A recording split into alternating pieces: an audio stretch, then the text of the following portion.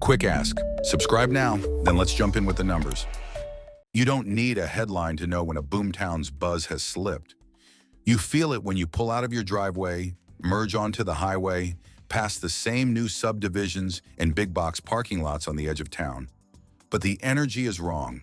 The open house today signs are still there, but the balloons are fewer, the cars outside are spaced out instead of stacked, and the agent inside looks like they've been nursing the same lukewarm coffee for hours. Streets that once felt like conveyor belts of moving trucks and landscapers now have more empty driveways, more blinds half closed all weekend, more front porches that never quite light up. It isn't dramatic, it's hollow in a way you can't quite name yet. Maybe you're in one of those "it's booming" metros everybody talked about from 2020 to 2022. The marketing clips still show drone shots of rooftops stretching to the horizon, new schools, fresh turf on the soccer fields. But when you actually drive those streets, what you see is different. For sale signs that stay up too long, price-reduced riders stacked like warning labels, new build blocks where half the homes are dark at night. Your feed shifts too. The just sold over asking in 3 days, flex posts thin out, replaced by complaints about buyers ghosting, appraisals coming in short, and listings needing more exposure. If you've caught yourself thinking something here broke, but no one is saying it out loud, you're not paranoid and you're not negative. You're early. Some of the hottest boomtowns of the last cycle are now stuck with stagnant listings, nervous sellers, and buyers who don't show up at old prices. This video isn't doom porn, and it isn't about cheering for a crash. It's about understanding what's happening before the headlines catch up, so you don't build your future on yesterday's story. We're going to walk through 9 Boomtown archetypes, the signals that separate normal cooling from real demand exhaustion, and what that means if you live there, own there, or are still thinking about buying into the hype. You don't need to roll the clock back to the 2020 to 2022 cycle, when the word Boomtown stopped being a history book term and turned into a lifestyle brand. Offices shut down, laptops came home, and millions of people had permission to ask, if I don't have to be downtown every day, why am I paying downtown prices? At the same time, mortgage rates hugged historic lows, stimulus money padded bank accounts, and stock portfolios made people feel braver. Cheap money didn't just open doors, it rewired what felt reasonable. Stretching for a bigger house in a new market stopped feeling aggressive and started feeling smart. Developers and city boosters read that mood in real time. They went shopping for cheap land and permissive zoning, especially in places where the pitch wrote itself. Move here, get more house, pay less tax, enjoy better weather, and upgrade your lifestyle. Your lifestyle. Sunbelt metros promised sunshine and square footage. Mountain West towns sold hiking and views as identity upgrades. Southern logistics hubs leaned on warehouses and jobs coming. Midwestern comeback stories pushed the idea that you were early to the next big thing. Behind that story, the mechanics were deliberate. Builders raced to pour slabs as fast as they could get materials and labor. Entire cul-de-sacs were framed in weeks. Build-to-rent operators signed contracts to buy whole streets before a single family saw a listing. Private equity money flowed into subdivisions that, 5 years earlier, nobody with a spreadsheet would have touched. Influencers filmed cost-of-living comparison clips and relocation TikToks that turned these places into obvious moves. More house, bigger garage, cleaner parks, and an HOA that keeps everything nice for a fraction of a coastal payment. For a while, the formula worked because every input tilted in its favor. 3% rates made a 4-bedroom in a master-planned community feel like a cheat code. The carrying cost looked tame compared with a city rent. Investors could plug in friendly vacancy assumptions, assume steady appreciation, and still hit target returns on paper. People weren't just moving to these markets. They were buying a story that said, "You're smart, you're early, and this can't lose." Then the environment turned, and the same ingredients that made the boom so powerful made the hangover harsh. Rates spiked, insurance climbed, utilities rose. HOAs added fees to maintain the amenities they'd promised during the sugar high. Local wages, tied to service work, did not double to match the new monthly. The exact same cul-de-sac, the exact same house, now produced a payment that overwhelmed family budgets and blew up investor spreadsheets. That's the part a lot of people still resist admitting. These boomtowns weren't pure, organic expressions of destiny. They were leveraged bets on cheap money and in-migration. When those conditions changed, the math changed.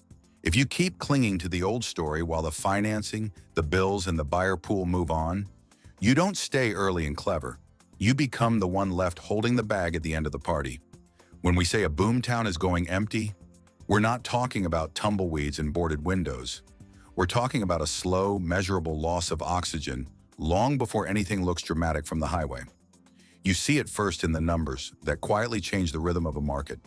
Days on market stretch from under 10 to 45, 60, even 90 days or more. Homes that would have vanished after one weekend now sit through 3 or 4. List-to-sale ratios slip under 100%, which means sellers are no longer naming their number and getting it. They're negotiating backwards just to get one serious buyer to stay at the table. Then you start noticing how often the same address shows up in your feed with a lower number. One cut, then a second, sometimes a third. Price reductions that would have been rare in 2021 become normal in whole neighborhoods. Builders keep the model homes open and the flags flying, but the parking lot is half empty, and the rep inside is refreshing their inbox instead of juggling families. Projects that were marketed as always full now offer 1 or 2 free months of rent, gift cards, or move-in specials just to keep occupancy from sliding. Investor properties sit vacant between tenants while owners refuse to drop rent because that's what it got in 2022, even though the current pool of renters is smaller and more cautious. You see more deals going back on market after inspections and financing, not because people suddenly became picky, but because buyers and lenders are no longer willing to force bad math to work. That's the behavioral side. The town itself starts to tell the story too if you pay attention. The main roads still feel busy at rush hour, but the residential pockets feel weirdly quiet. At night, you notice dark windows in houses that look finished. New elementary schools that were built for the boom don't feel as full as the brochure promised. Brand new retail pads have a nail salon and a coffee shop, but the other bays keep cycling through coming soon signs that never quite land. Gyms, churches, and kid activity centers that expected endless new members start talking about softness instead of growth. This isn't apocalypse, it's just the moment the marketing brochure stops matching the lived reality in practice. To keep your head clear, build yourself a simple Boomtown Stress Checklist.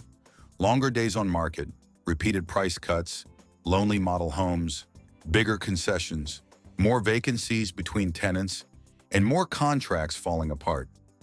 As we walk through the 9 Boomtown archetypes, we'll quietly test each of them against that checklist so you can see where your own city really stands. You don't really notice the first crack in a boomtown from the freeway.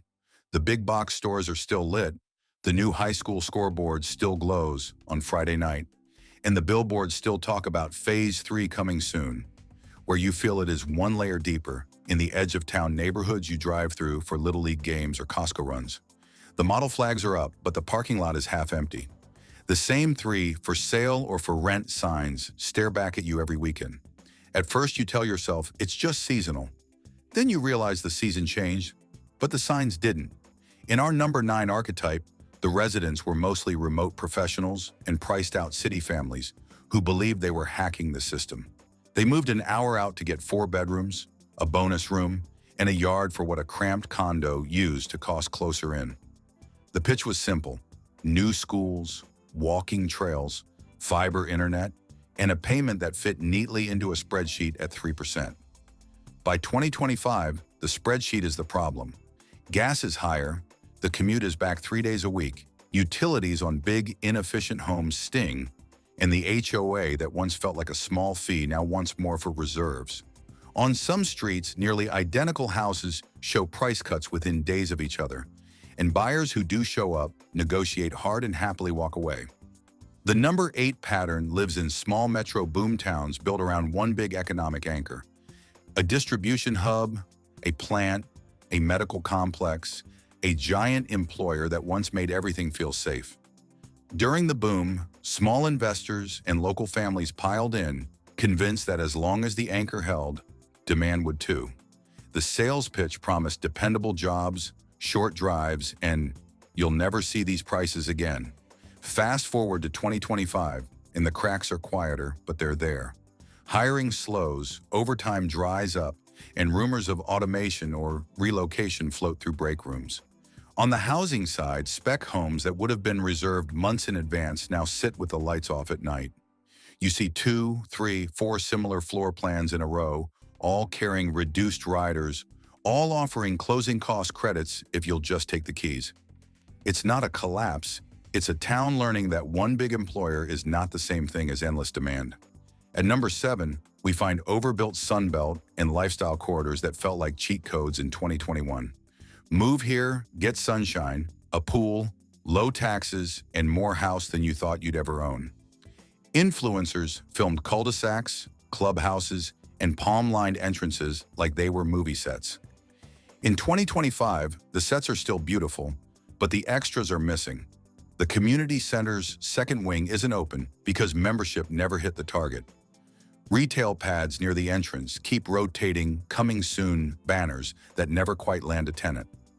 At night, you notice dark upper windows in homes that look fully finished. Buyers haven't disappeared here. They've just stopped chasing. They arrive with options, with time, and with a willingness to say no when the all-in monthly doesn't feel right. And remember, these are the soft ghost zones, the gentle version of what we're about to see higher on the list, while the window narrows. You can feel the middle of the pack in a boom break before anyone admits it. These aren't edge-of-nowhere experiment towns. These are the places everyone called the safe move. In 2020 to 2022, they were the darlings on relocation TikTok and glossy YouTube tours. Top-rated schools, low crime, great hospitals, outdoor lifestyle. If you landed a house in one of these zip codes, you didn't just buy real estate, you bought an identity upgrade. You were the friend who had figured it out. At number 6 on this spectrum are the hype school district suburbs. You know the story. Award banners out front, packed PTA meetings, sports leagues with wait lists, and homes that triggered 20 offers the first weekend. Families drove in from other states to rent Airbnbs and tour neighborhoods. Back then, people waived inspections, plugged appraisal gaps, and promised whatever it takes because the narrative was simple: get in now or be priced out forever. Fast forward to 2025, and the same streets feel different. Listings sit through 3-4 weekends. Online, you see seller offering rate buy-down and closing cost credit with strong offer in the first line. The schools are still good.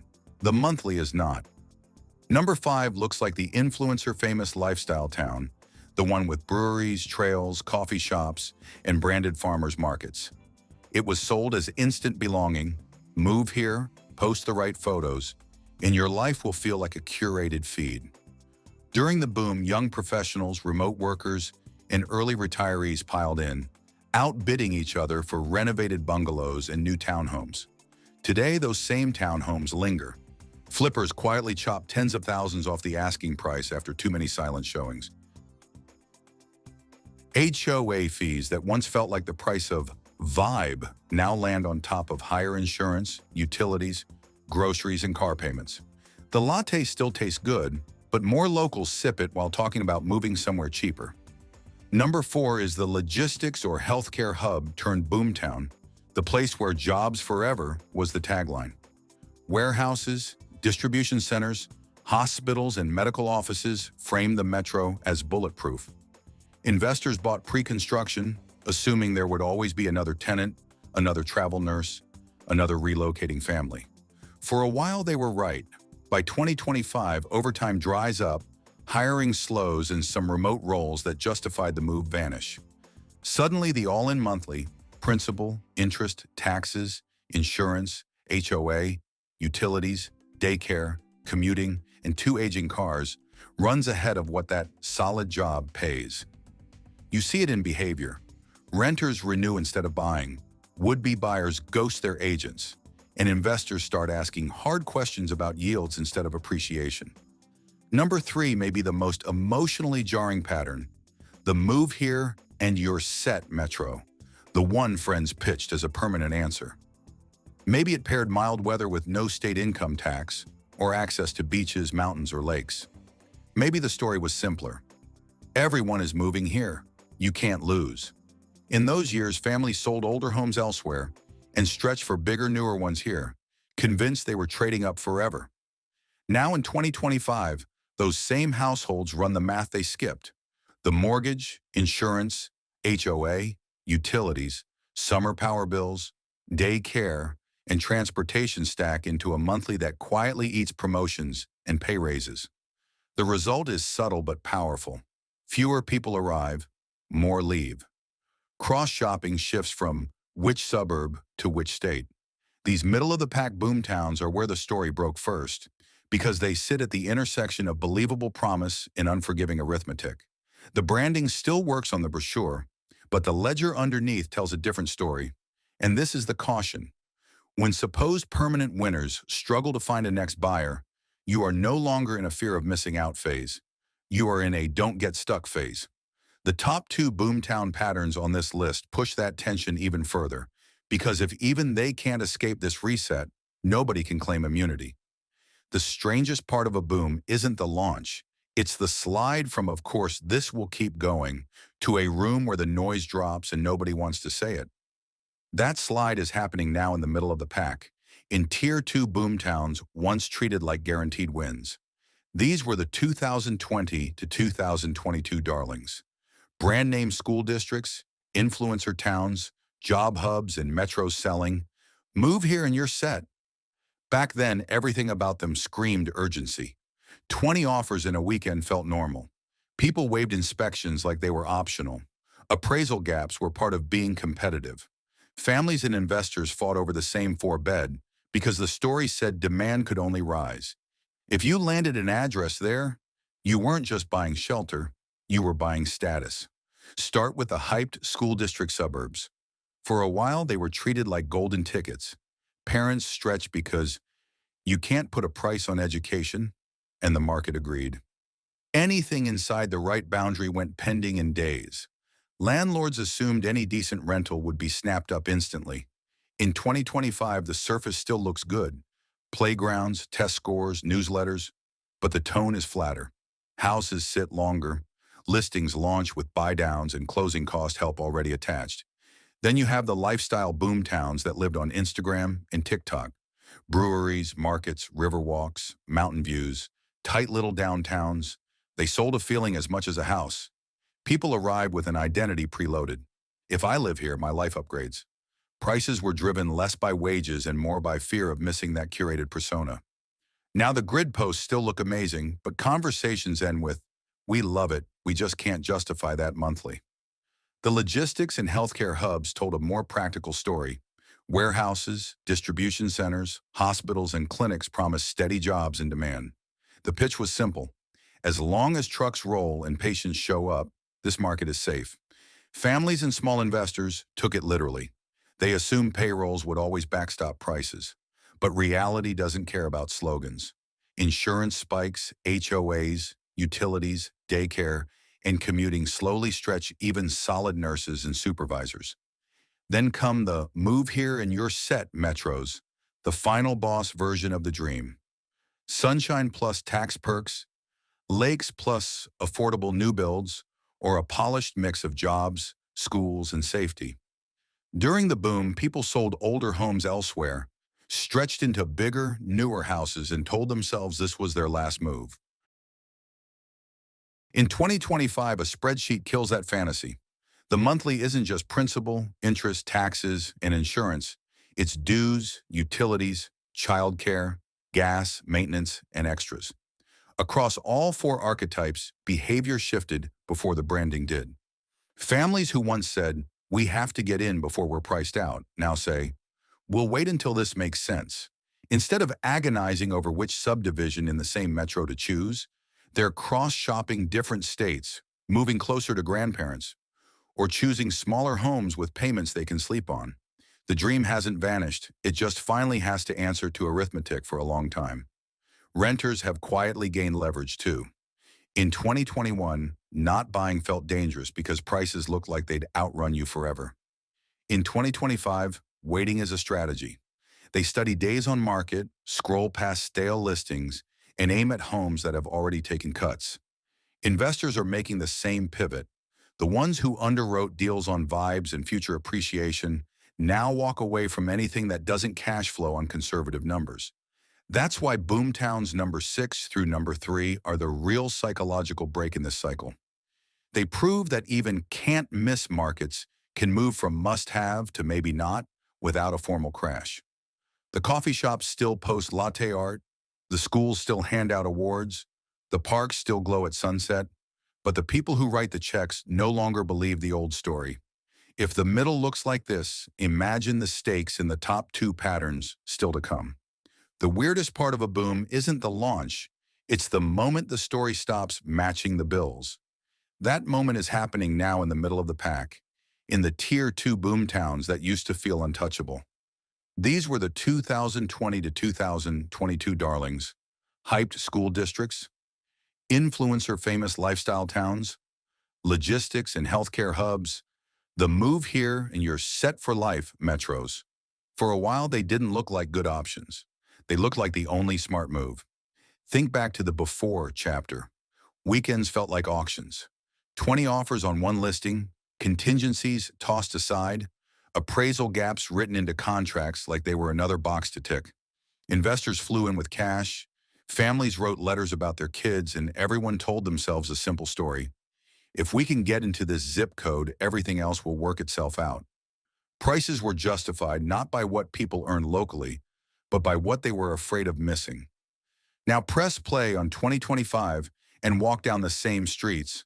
The houses are still pretty, the schools still post test scores and trophies, the town Instagram pages still look dreamy. But the behavior is different. Listings sit through multiple weekends with carefully staged photos and no serious bites. Just listed quickly becomes just reduced, and a second reduction is no longer rare. Remarks that once bragged about multiple offers now quietly lead with seller offering rate buy-down and closing cost assistance. Behind every polished listing is a monthly payment that finally refused to stay off stage. It's not just principal, interest, taxes, and insurance. It's HOA dues that climbed, insurance premiums that doubled, utilities that keep creeping up, daycare costs that rival a mortgage, commuting and car maintenance that chew through what's left. Add them together and you get one blunt truth. Even solid dual incomes don't want to chain themselves to this number anymore. Not for 30 years. Not for a story that already cracked. You can see the shift in the choices people make. Families who once said, "We'll do anything to get into that school district," are now on spreadsheets comparing different states. Instead of arguing over which subdivision they can stretch into, they ask, "What if we stayed renters another year and kept flexibility?" The dream didn't disappear. It suddenly stopped being exclusive to one overhyped metro. Renters feel it too. In the boom, not buying was framed as a personal failure, like you were getting left behind. In the middle of the pack in 2025, waiting looks less like fear and more like discipline. They watch days on market, track price cuts, and notice how often sellers throw in incentives just to keep deals alive. The fear shifted sides. It's no longer buy now before you're priced out. It's don't lock yourself into the wrong chapter. Investors have been forced into the same adjustment. The days of underwriting on pretty photos and the assumption of endless appreciation are over. In these Tier 2 boomtowns, serious players now demand real yields. They plug in conservative rent numbers, higher taxes and insurance, realistic vacancy, maintenance, and if the property still doesn't produce cash, they don't care how hot the brand used to be. They pass. The speculative money that pumped these markets is either gone or suddenly shy. That's why boomtowns number 6 through 3 are the real psychological break in this cycle. They prove that even too desirable to slow down places can move from must-have to maybe later without a dramatic headline. The coffee shops still pour lattes, the farmers markets still post pictures, the Little League fields still fill up on Saturdays. But under the surface, the people writing the checks have stopped believing in automatic safety. And if the middle of the list feels like this, You can imagine how intense the reckoning is in the top two patterns we still haven't talked about. This is where the Boomtown story gets uncomfortably honest. The top two patterns on this list aren't quirky side notes. They're the billboards of an entire era. For a few years, these places were sold as destiny, not choice. Tech-adjacent towns where you could bike from a laptop job to a craft brewery. Luxury desert or mountain communities where every listing photo looked like a screensaver. Resort-light regions and flagship Sunbelt hubs where agents, influencers, and builders all repeated the same line. You can't overpay here. Someone will always want this more than you do. Fast forward to 2025 and walk that same neighborhood at dusk. The views are still gorgeous. The schools, parks, and trailheads are still there. But the signs on the ground tell a different story. Luxury homes that used to vanish in a weekend now wear 2-3 price reductions in 6 months. Builder rows that were supposed to be phase one of many have only a scattering of occupied driveways, with whole stretches of dark windows at night. Investor-heavy pockets have more locks changed than lights on, as owners sit between tenants and refuse to cut rent enough to meet reality. Listen to the local conversations, and you hear the same sentence with different accents. We thought this place would never slow down. People still defend the brand, the weather, the restaurants, the lifestyle. But when they look at active listings and days on market, they're quieter. Prices on paper might still be high, but that's not the real story anymore. The real story is liquidity. In the true flagship Boomtowns, it's not that no one can pay, it's that fewer people are willing to at these numbers. Buyer hunger, not listing inventory, is what crashed. And that matters far beyond these two archetypes. Because when even the can't-miss metros in suburbs start struggling to find organic, end-user demand at current prices, it forces a definition change. Safe can't just mean pretty with good press anymore. Safe has to mean there is a deep bench of real households who can and want to carry this monthly without mental gymnastics. So here's the uncomfortable homework. Take a breath and compare your own market story to what we just walked through. Is the confidence still backed by behavior or mostly by habit and marketing? Once you answer that honestly, the next question is obvious. What does a smart adult actually do with that information? That's where we go next in this video, turning this from background anxiety into a clear playbook. Because once you see Boomtowns clearly, you stop reacting like a fan and start operating like the quiet professional in the room with downside protection. Let's pull this out of the abstract and into your actual decisions. If you live in or near a Boomtown, the goal is not to panic. It's to stop playing the hype game and start acting like the most disciplined person in the room. You don't see no buyers just for sale signs as a horror story. You see it as a negotiation environment. If you're buying or renting, your first move is to slow your pulse, not your research. Build your watch list around homes that have been sitting 30, 45, 60 days or more. Those are not dead listings. They are conversations that haven't found the right terms yet. Treat the asking price as an opening statement, not a command. In soft pockets, it is rational to come in under list, especially if you see multiple reductions in the price history. Second rule, do not waive inspections just to win. In a Boomtown that's losing altitude, that is how you volunteer to be the bag holder. Keep the inspection, then treat the report as a script, not a formality. Roof near end of life, HVAC on borrowed time. Translate line items into either a repair credit, a seller-paid fix, or a permanent rate buy-down. Closing cost help is not greedy in this environment. In ghost risk neighborhoods, it is standard equipment. The third pillar is math over mood. Before you fall in love with the kitchen, run a 5-year monthly model. Add mortgage, taxes, insurance, HOA, utilities, and a repair reserve. Then compare that to what you would pay to rent something comparable. If owning only works after heroic assumptions, it doesn't work yet. Adults don't bully the numbers. They let the numbers bully their timeline. If you're selling in one of these Boomtowns, discipline is even more important because your ego is at risk. Pricing off your neighbor's 2021 victory lap is how you end up chasing the market down in public. Price off what is pending and what has closed in the last 90 days. Get a pre-inspection, fix the real landmines, and disclose the rest clearly so buyers feel like they're getting the whole story.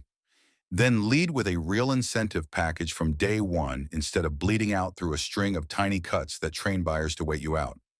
For investors, safe has to be redefined. It is no longer code for everyone is moving there. Safe now means conservative cash flow in corridors where real jobs, not just narratives, pay the bills. Underwrite deals assuming flat appreciation, higher insurance, and higher taxes than today. Be suspicious of streets where every other mailbox belongs to an LLC. When too many investors need the same exit, liquidity disappears fastest there. Stepping back, the U.S. is not running out of good places to live. It is running out of free passes on bad math. Boomtowns were the loudest part of an easy money experiment, and now they are the sharpest classroom. Use them. In comments, drop your city or zip, what you're seeing on ground. Days on market stories, builder incentives, rent cuts. This audience is becoming a live data network, and in the next episode, we'll flip the lens to the Boomtown comeback map. The places most likely to reinvent rather than fade. Stay long on discipline, not on slogans.